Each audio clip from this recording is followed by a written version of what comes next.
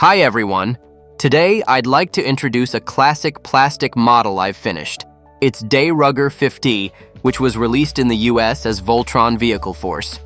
This is a 1/300 scale model that I assembled and painted myself. This product was re-released a while ago, and I believe you can still pick one up for around $30 to $40 if you're looking. Voltron was incredibly popular in the US, not to mention in its home country of Japan. In Korea, it was so famous that almost every child knew about it. Let's take a look at each of the separated parts of dairaga. It splits into a total of 15 pieces. While there are some incredibly cool die-cast versions out there these days, I feel much more attached to this one since I painted it myself. I poured my heart and soul into the paint job. It was quite a challenge. I worked on it slowly, and it ended up taking me over a year to finish. I'm very satisfied with the results.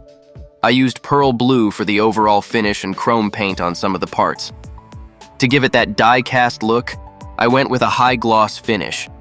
The process was quite challenging because this is an older kit with no color separation, so I had to mask and paint every single detail by hand. As a result, I didn't use a single sticker.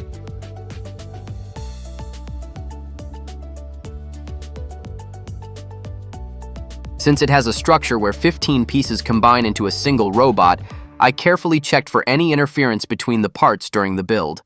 It features polycaps, so everything fits together smoothly without any friction. However, since it's a lacquer-painted model, I always have to be careful about paint chipping.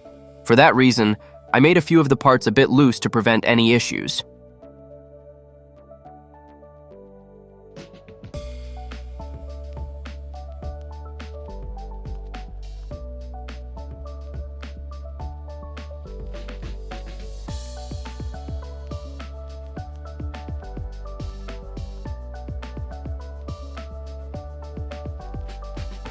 The silver parts were painted with chrome paint. It's a bit of a tedious process, but the result is a brilliant high-gloss shine.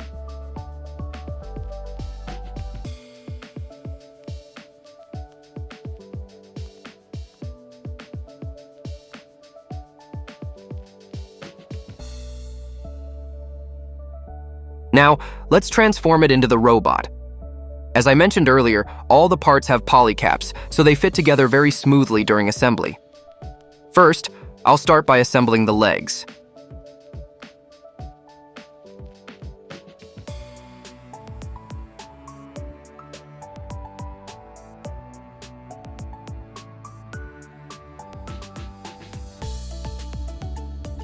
Next, I'll assemble the arms.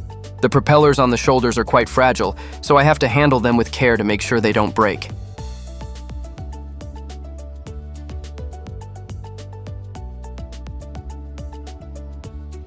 Now for the torso. It looks like a submarine, doesn't it? If you press the top part, it retracts inside. A total of 3 vehicles combine to complete the main body.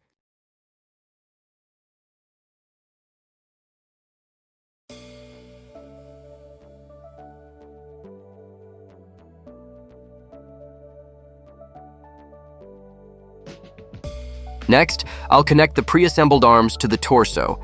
As I mentioned, I have to be very careful because the propellers could break easily. I'm attaching the legs now. We're almost there.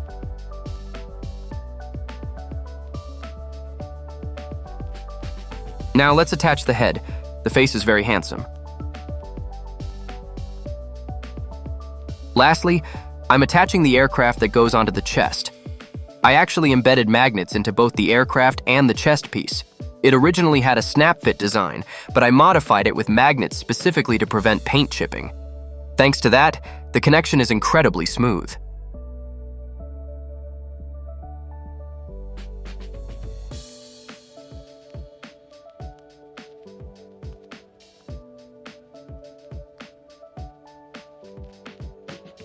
How does the finished look strike you? Even though it's a classic plastic model, the custom paint job adds so much detail and a unique charm. It feels like all that hard work really paid off. That's all for today. Please don't forget to subscribe, and I'll be back next time with another cool product. Goodbye.